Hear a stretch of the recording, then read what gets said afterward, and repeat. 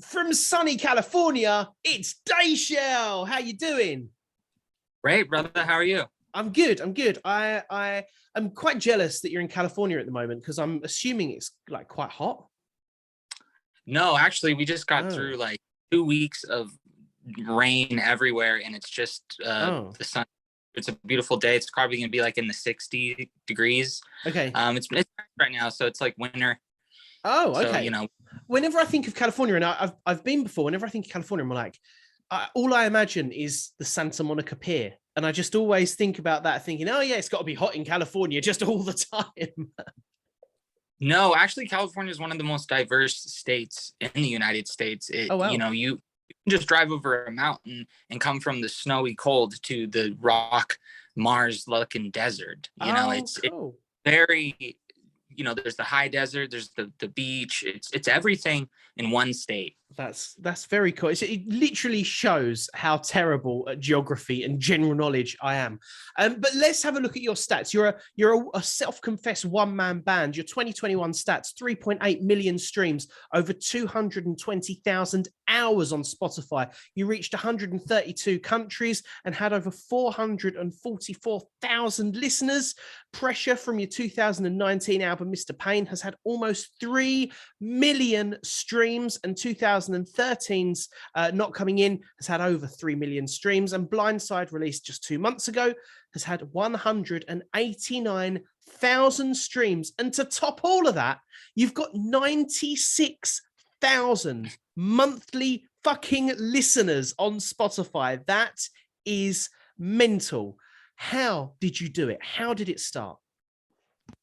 I don't know. I mean, I obviously came from a well-established band, my prior band of Mice and Men. So with that following, starting Dayshell in 2013, we got signed to a label instantly. We put up on YouTube, and like overnight, we got calls. We signed to a label. They put out an album. It wasn't working out. Right. Then we signed the label. They put out an album. It wasn't working out. And I just came to the conclusion that I don't really think people understand what to do with a band like Dayshell. I mean, the thing I hear all the time is, where do we put you? You kind of have the sound to tour with bands like the Deftones and stuff like that. But obviously we're a small band, so it would be really hard for us to get those tours. But then you put us with these post-hardcore, metalcore bands, and it just doesn't work. So I was like, you know what? I'm just going to find my place at my own pace.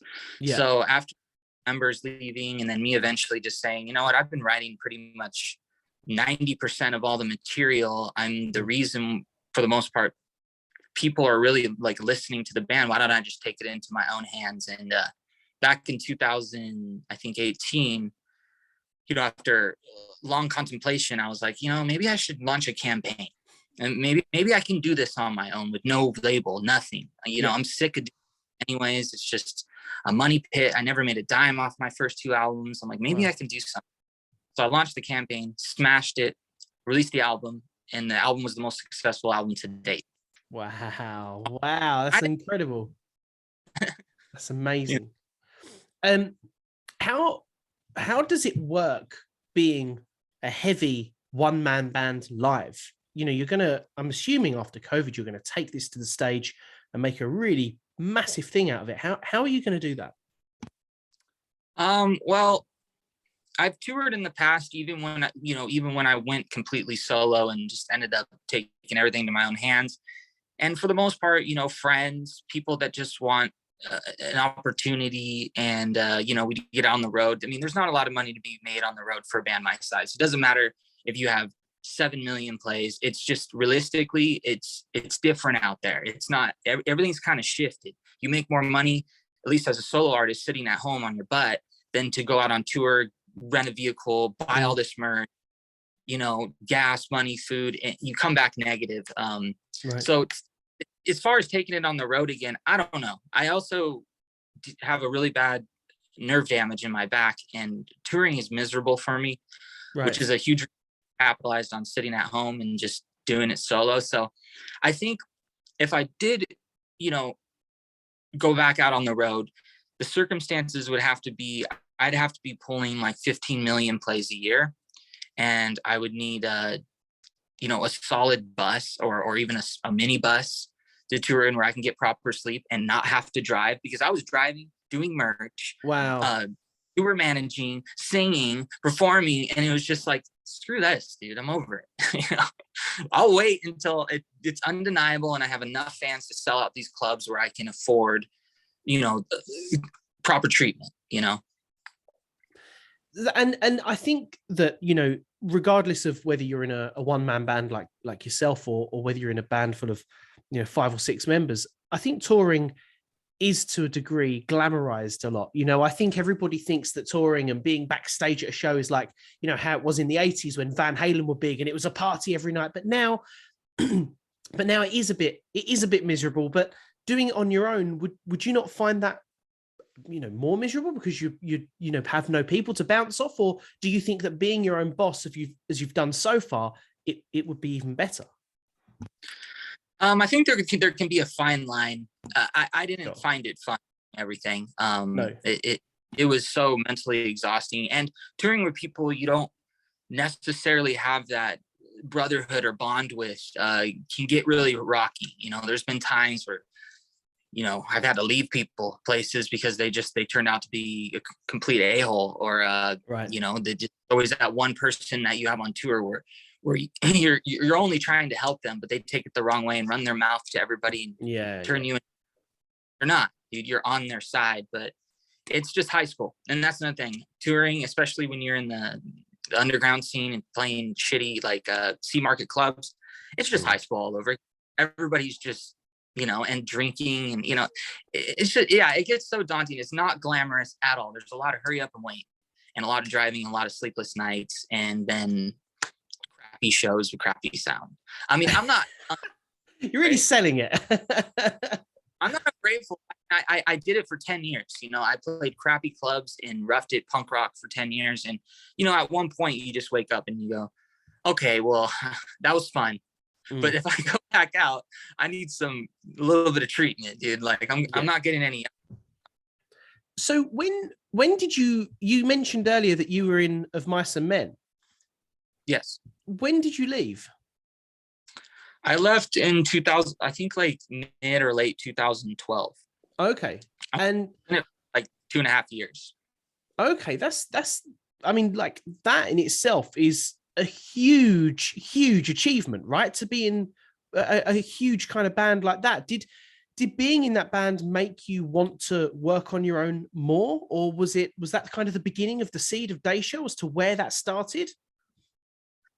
I mean, not really. I wouldn't say that. Dayshell was always a project in the back of my mind. It was something my dad told me to do, like a long time ago. He's like, yo, one day when you go solo, you should start a band after your middle name and call it Dayshell. And I was like, yeah, that's a cool idea. So, doing the whole solo thing is the way I left Of Mice and Men, is because after injuring my back, it took me down a downward spiral that took many, even including in Dayshell, many years to rock, because right. I was self-medicating alcohol. Then that turned into depression, and it just kept going deeper and deeper and deeper, and to the point where one day I got locked up in a cuckoo lounge or whatever because I was so drunk and depressed. I was contemplating stupid shit, and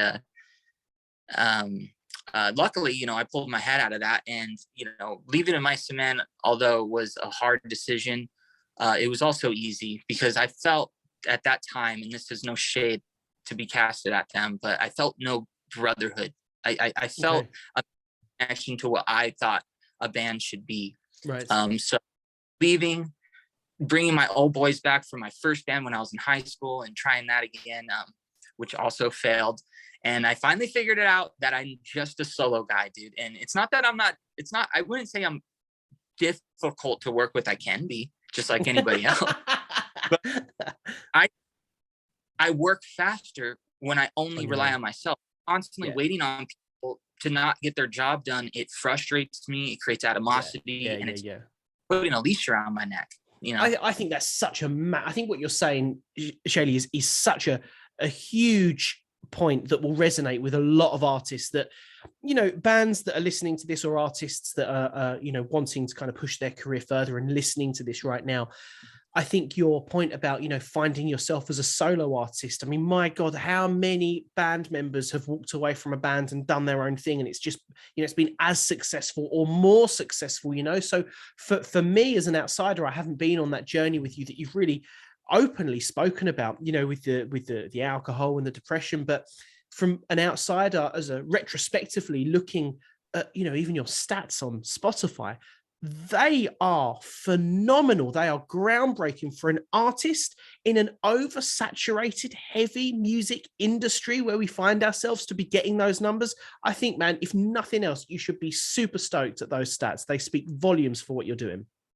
Yeah, I'm always grateful. I still get down on myself because, the end of the year, Spotify sum up and all the bands are like, I got 7 million, I got 200 million, and you're like, oh, I got 3.4. All right. That's not bad. The fact that I don't have any financial support, I don't have a label, I don't got any marketing, this is just me straight up doing the bare minimum that I can afford, and, allowing my fan base to try to help the best they can. And they're there. Like, the thing about Dayshell's fan base is it doesn't go anywhere. Know what? They're hard, and all they care about is my well-being and putting out some new. They trust me, and it's a great feeling. But what is also great about you, Shayley, is your ability to collaborate. And I've always believed that if you can collaborate with other artists, it opens a pool of a fan base that perhaps you may not have reached if you weren't working with other artists. I mean, for example, you worked with a band called My Position, and the song that you created, like, it blew my bollocks off. I was listening and I was like, oh my God, like, this is insane. And I just instantly felt an emotional connection with that. And I thought, having heard both bands and both artists individually and then come together to create a sound, I could hear both artists' main kind of inspirations colliding into one track. And is collaborating something that you're going to continue to do? Yeah, I honestly love to do it. I mean, as fun as it is to collaborate with someone, it's healthy for me as an artist to expand my, craft, because a lot of times you're working with someone you wouldn't even think that far left field, and now you're there, and now you're forced to do it, and then it just opens up a lot of gateways.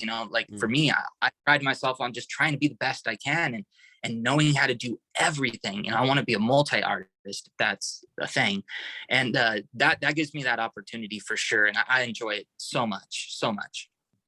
And how did COVID impact you? Because you've mentioned that, it was a few years ago whereby you decided to kind of do your own thing and find yourself again as an artist.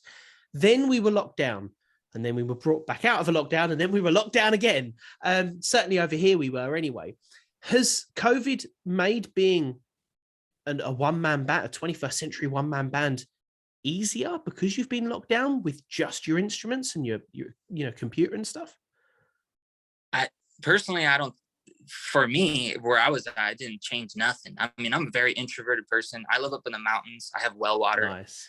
I don't have many friends, so it's just like another day, another year for me, baby. Like, I feel bad for everybody else that depended on touring. They got a whole team that they need to put food on the table for. And that sucks, man. Like, I feel that pain. But fortunately for me, I was already in a situation that I just continue to do what I do. But it also made everyone else that wasn't doing that go home and hone in on their skills. So now the competition is spiking.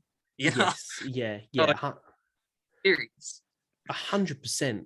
And what do you think your advice would be? I mean, because you as I said a moment ago, and I don't want to tread on, unwanted territory here, but you've been really open about your own personal struggles. What would your advice be to an artist listening to this that maybe is going through some struggles of their own, whether they've just left a band or whether they've just started a band? They're there's kind of mental struggles there in some capacity, but they want to move on. They want to get their music out there just like you have. They want to hit the numbers that you're hitting. What would you say to them?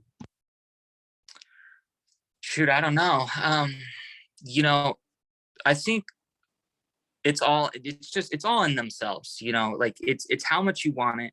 Get that discipline, put one foot in front of the other and go for it, because every day that you waste is a day wasted, obviously, but it's in a day older. And, like, you only, seriously, I know everybody says this, but it's so true. And you need to keep telling yourself this. You only have one life. We don't know what happens after it. Who knows? But make the best of it.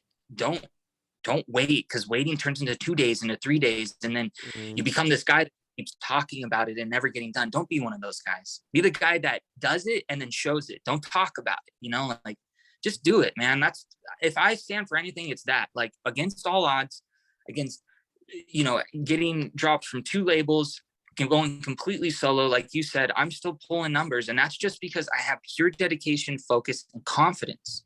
Keyword, confidence in what I'm doing. If you don't have confidence, you ain't gonna go nowhere, even if it sucks, confident in it, and it still helps. I think your confidence just oozes through what you do musically. And, as I said, when I heard your music for the first time, I was completely breathtaking. I really, really was. It just, for me, as a heavy music fan and as a lover of that world, it just ticked so many boxes and more.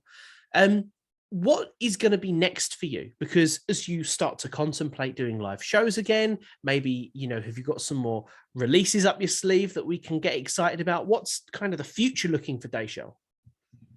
The future is actually probably going to be the most productive year for Dayshell to date. I'm currently working on and finishing an acoustic EP, which is acoustic-ish, because I thought I was just going to do acoustic, but as I started writing it, digital drums start coming in. It never happens. Yeah, so I have that. It's going to be 5 or 6 songs depending on how much time I have and how it works. That's going to be released end of March, early April. My first single is actually going to probably be released the end of this month or the end of February.